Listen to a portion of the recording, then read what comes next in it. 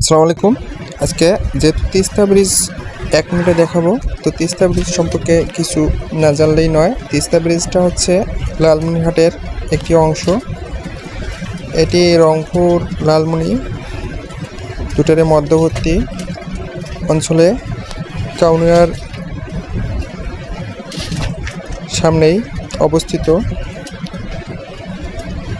অর্থাৎ কাউনিয়ার শেষ সীমানায় লালমনিতে যে অংশ পড়ছে সেই অংশে এই তিস্তা ব্রিজটি অবস্থিত।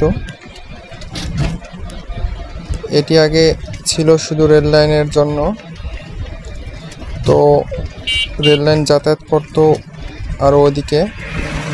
একটা ব্রিজ এখন আছে যে আমরা দেখতে পারতেছি, ওটা হচ্ছে লোয়ার ব্রিজ। তো এখন ওইটা ব্রিজও আছে, তার পাশাপাশি মানুষ চলাচলের জন্য এই ব্রিজটা হয়েছে।